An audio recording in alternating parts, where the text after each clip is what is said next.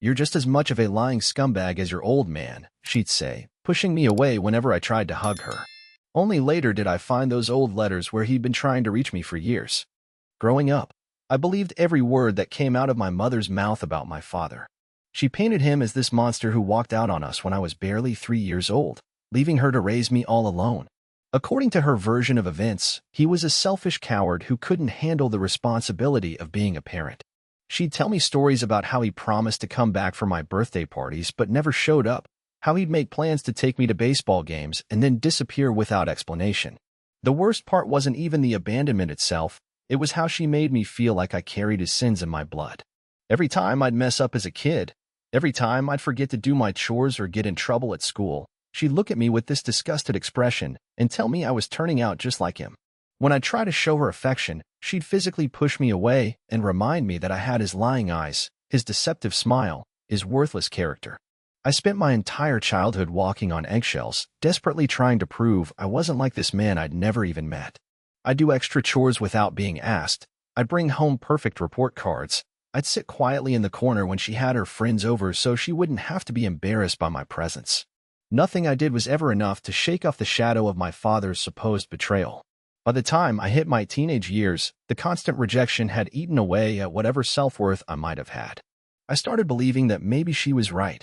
Maybe there was something fundamentally wrong with me, some genetic flaw that made me unlovable. I'd look in the mirror and try to spot all the ways I resembled this man who had supposedly ruined our lives. The shape of my nose, the way my hair grew, the sound of my laugh, everything became evidence of my inherited unworthiness. High school was a nightmare of social anxiety and self-doubt. I couldn't form close friendships because I was convinced that people would eventually see through whatever facade I was putting up and realize I was just as terrible as my father. Dating was completely out of the question. Why would any girl want to be with someone whose own mother could barely stand to look at him? I spent most of my free time alone in my room, reading books and dreaming about the day I could finally escape and start fresh somewhere else. The few times I worked up the courage to ask my mother about potentially reaching out to my father, she'd fly into these explosive rages that would last for days. She'd scream about how ungrateful I was, how I was already showing signs of his manipulative nature by even suggesting such a thing. She'd remind me of all the sacrifices she'd made to raise me alone, all the sleepless nights and financial struggles, and ask me how I could be so heartless as to want to reconnect with the man who had put her through all that pain. After these confrontations, she'd give me the silent treatment for weeks at a time. The house would become this suffocating tomb of resentment where she'd communicate only through angry glares and heavy sighs. I learned to keep my questions about my father to myself, burying that curiosity deeper and deeper until it became this constant, gnawing ache in my chest. College offered some relief from the toxic atmosphere at home, but I carried all that emotional baggage with me wherever I went. I struggled to connect with my roommates and classmates, always feeling like I was one step away from being exposed as fundamentally damaged goods. I threw myself into my studies as a way to avoid dealing with the mess of emotions I'd been carrying around for years, graduating with decent grades but no real sense of direction or purpose. The job market after graduation was brutal, and I ended up moving back in with my mother for a few months while I searched for work.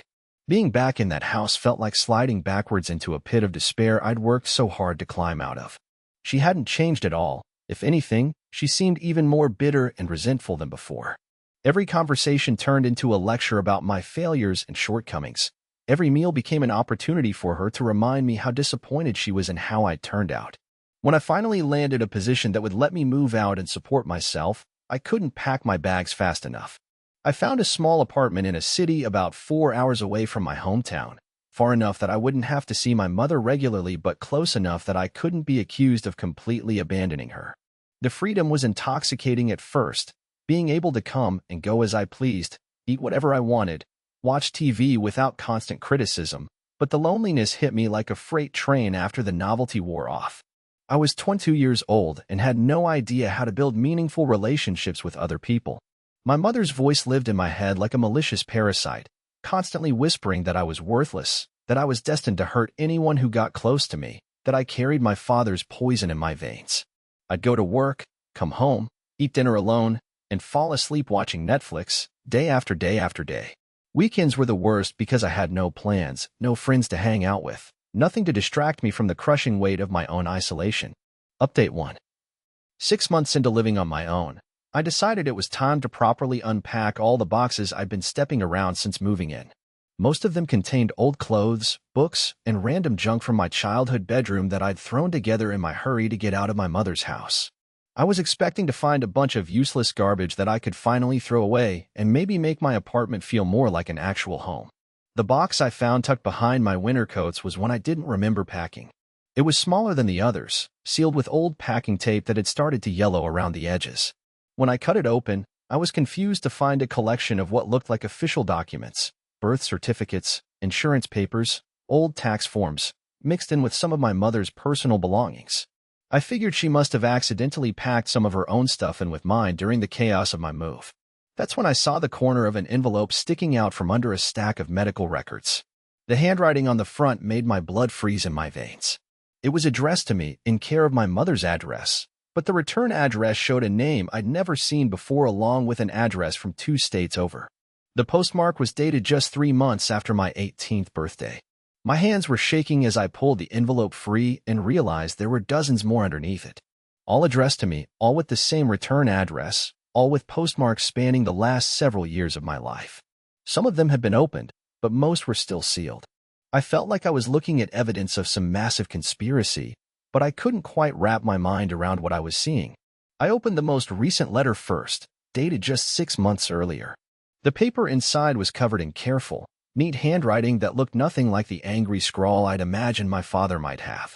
The words hit me like physical blows as I read them. He was asking about my graduation, wondering if I'd chosen a major, telling me about his own life and how much he regretted missing out on watching me grow up. He wrote about a dog he'd adopted who reminded him of a puppy we'd apparently had when I was very young, before his memory had been erased from my life. But the part that nearly broke me was at the end, where he wrote about calling my mother every month for years, begging her to let him speak to me for just 5 minutes. He described how she'd hang up on him immediately, how she'd threatened to call the police if he ever showed up at the house, how she'd told him I never wanted to see him, and that he was only causing more damage by trying to maintain contact. He wrote that he respected my supposed wishes but couldn't help hoping that someday I might change my mind and reach out to him. I tore through the other letters like a man possessed, reading years' worth of birthday wishes, holiday greetings, and desperate pleas for some kind of communication. He wrote about his job, his hobbies, his regrets, his dreams for what kind of relationship we might have someday. In every single letter, he mentioned trying to call or visit and being turned away by my mother. He wrote about sending gifts that were apparently returned unopened, about hiring someone to investigate whether there were legal avenues for him to pursue visitation rights. One letter from when I was 16 contained a photograph, him standing next to a car he bought specifically because he thought I might like it, hoping that someday he'd be able to teach me how to drive it. Another had copies of newspaper clippings from local high school sports, because he'd heard through some mutual acquaintance that I might be playing baseball and he didn't want to miss reading about any games I might be in. The picture that emerged from these letters was completely opposite to everything my mother had told me about this man. He wasn't some deadbeat who'd abandoned his responsibilities. He was someone who'd been systematically cut out of my life by a woman who couldn't stand the thought of sharing her control over me. Every story she'd told me about him failing to show up for important events was a lie. He'd been trying to show up, and she'd been turning him away before I ever knew he was there. I sat on my apartment floor surrounded by years' worth of evidence that my entire understanding of my family history was built on deception, feeling like the ground had been ripped out from under my feet. The man I'd been taught to hate and fear had been fighting for a relationship with me while I was growing up believing he didn't care if I lived or died. Every moment of self-doubt, every episode of wondering if I was inherently unlovable, every relationship I'd sabotaged because I was convinced I carried some genetic curse. All of it was based on lies my mother had fed me to justify her own selfish need to keep me isolated and dependent on her. Update 2. After spending 3 sleepless days processing what I discovered, I knew I had to confront my mother before I could even think about reaching out to my father. I drove back to my hometown that weekend, the box of letters sitting in my passenger seat like a bomb waiting to go off. I'd rehearsed what I was going to say during the entire 4-hour drive, but when I walked into her house and saw her sitting at the kitchen table like nothing had changed, all my prepared speeches evaporated. I dumped the entire contents of the box onto her kitchen table without saying a word. Letters scattered everywhere, some of them still in their unopened envelopes, others unfolded to show my father's careful handwriting. I watched her face go through a series of expressions: surprise, recognition, fear, And finally, a cold defensiveness that I'd seen countless times throughout my childhood whenever she'd been caught in a lie. She didn't even try to deny what the letters represented. Instead, she went on the attack immediately, telling me I had no right to go through her personal belongings, that I was being manipulative and sneaky just like my father. She said she'd hidden the letters to protect me from a man who would only disappoint me and hurt me the way he'd hurt her. According to her version of events, my father was a master manipulator who was trying to use these letters to worm his way back into our lives so he could cause more damage. But I wasn't the same scared, insecure kid who used to cower under her verbal assaults. 22 years of believing I was fundamentally flawed had given way to a burning rage that I'd never felt before in my life. I told her she'd stolen my entire childhood, that she'd robbed me of the chance to know my own father, that every moment of self-hatred and doubt I'd experienced was her fault. I asked her how she could look at herself in the mirror knowing she'd built her relationship with me on a foundation of lies and manipulation. Her response was to double down on her original story, but with new details that made it clear she was making things up as she went along. She claimed my father had been abusive, that he'd threatened both of us, that she'd only been trying to keep me safe. When I pointed out that nothing in his letters suggested any kind of violent or threatening behavior, she said that proved how manipulative he was. He was clearly trying to present a false image of himself to win me over. The conversation escalated into the kind of screaming match we'd never had before, because I was finally old enough and angry enough to fight back instead of just absorbing her attacks. I told her she was a liar and a manipulator who had damaged me in ways that might take years to undo. She told me I was showing my true colors, that I was proving her right about carrying my father's poison. The argument ended with me storming out of her house, telling her I was done with her lies and that she'd lost the right to have any opinion about my choices. During the drive back to my apartment, I felt like I was experiencing every emotion I'd suppressed over the past 22 years all at once. Grief for the relationship with my father that had been stolen from me, rage at my mother for orchestrating such an elaborate deception, relief at finally understanding why I'd always felt like something essential was missing from my life. Terror at the prospect of reaching out to a man who was essentially a stranger despite being my biological parent. I spent the next 2 weeks researching everything I could find about my father online. Social media profiles, professional listings, newspaper mentions, anything that might give me a clearer picture of who he really was beyond what I'd learned from his letters. What I found was a man who seemed to have built a stable, quiet life for himself. He worked in construction, owned a small house in a suburb about 6 hours away from where I lived, and appeared to be involved in some kind of community volunteer work. The hardest part was seeing photographs of him and realizing how much we looked alike. My mother had always focused on the physical similarities between us as evidence of my inherited character flaws, but seeing his face in these pictures made me understand that resembling him wasn't a curse, it was just genetics. He had kind eyes and a genuine smile, nothing like the monster I'd been taught to imagine.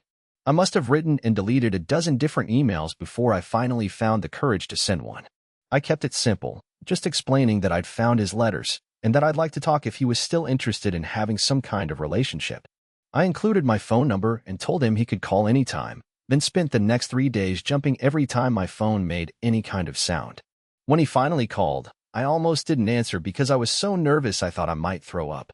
His voice was deeper than I'd expected, but warm and careful, like he was afraid of saying the wrong thing and scaring me away. He didn't ask me to explain why it had taken so long for me to respond to his letters, didn't demand details about what my mother had told me about him, didn't try to make the conversation about his own pain at being separated from me. Instead, he asked about my life, my job, my interests, my dreams. He listened to my answers like every word was precious to him, asking follow-up questions that showed he was really paying attention to what I was saying. When I finally worked up the courage to tell him I'd like to meet in person, he offered to drive to my city the next weekend, saying he didn't want me to have to travel if I wasn't comfortable with that yet. Final update. The day my father was supposed to visit, I cleaned my apartment 3 times and changed clothes twice before finally settling on jeans and a simple t-shirt. I'd been awake since 5 in the morning, too anxious to sleep, rehearsing conversations in my head and trying to prepare myself for the possibility that the reality of meeting him might not live up to the image I'd built from his letters. When I heard the knock on my door, my heart was beating so hard I was sure he'd be able to hear it when I opened it. But the moment I saw him standing there, holding a small gift bag and looking just as nervous as I felt, something inside me shifted. He looked exactly like an older version of myself, but his face was softer somehow, marked by years of sadness but not hardened by bitterness the way my mother's had been. We stood there for a few seconds just staring at each other, and then he asked if he could hug me. When I nodded, he wrapped his arms around me like he was afraid I might disappear if he let go. It was the kind of hug I'd been craving my entire life without even realizing it. Unconditional, protective, full of love that didn't depend on my performance or behavior. I found myself crying without meaning to, and he just held me tighter and told me he'd missed me every single day for the past 19 years. We spent the entire weekend talking, sharing stories, filling in the gaps that my mother's deception had created in both our lives. He told me about the custody battle that had drained his savings when I was young, how my mother had convinced the court that his attempts to maintain contact were harassment, how he'd been advised by his lawyer to back off for a while to avoid making things worse. He explained that by the time he'd saved up enough money to hire a better lawyer and try again, I was old enough that the court system was reluctant to force a relationship if I didn't want one. What destroyed me was learning that he'd been at every single one of my high school baseball games, sitting in the back of the bleachers where my mother wouldn't see him, just so he could watch me play. He had photographs on his phone of me crossing the stage at graduation, pictures he'd taken from the back of the auditorium because he couldn't get close enough for better shots. He'd been there for every milestone I thought he'd missed, witnessing my life from a distance because it was the only way my mother would allow him to be part of it. The gift bag he'd brought contained every letter I'd ever written him as a small child, before my mother had stopped letting me send them. Crayon drawings, first attempts at writing my name, little notes that said things like, "I miss you, Daddy," and shaky kindergarten handwriting. He kept everything, treasuring these tiny connections to me during all the years we'd been apart. But the real revelation came when he showed me a folder full of legal documents that told a completely different story about why he'd left our house when I was 3. My mother hadn't kicked him out because he was irresponsible or abusive. She'd kicked him out because he'd discovered she'd been having an affair with her boss for over a year.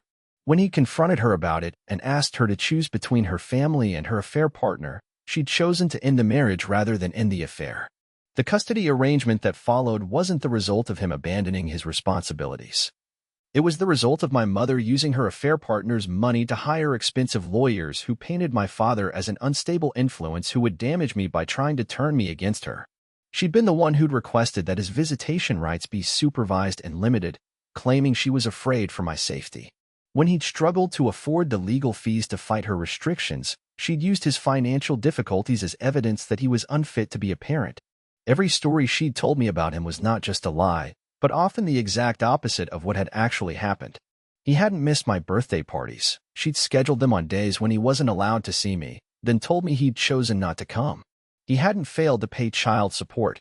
She'd refused to accept his payments and then used his attempts to give her money as evidence that he was trying to manipulate the legal system. The most heartbreaking part was realizing that my mother's hatred of me hadn't really been about me resembling my father physically or emotionally. Her hatred had been about the fact that I represented the family she'd destroyed with her own choices, and she'd spent my entire childhood punishing me for reminding her of what she'd given up. Every time she called me a liar or manipulator like my father, she'd been projecting her own guilt onto a child who had never done anything wrong. Sitting in my living room with my father, looking through old photographs and legal documents that revealed the truth about my family's history, I felt like I was mourning the childhood I should have had while simultaneously celebrating the fact that I finally understood why I'd always felt like something was missing.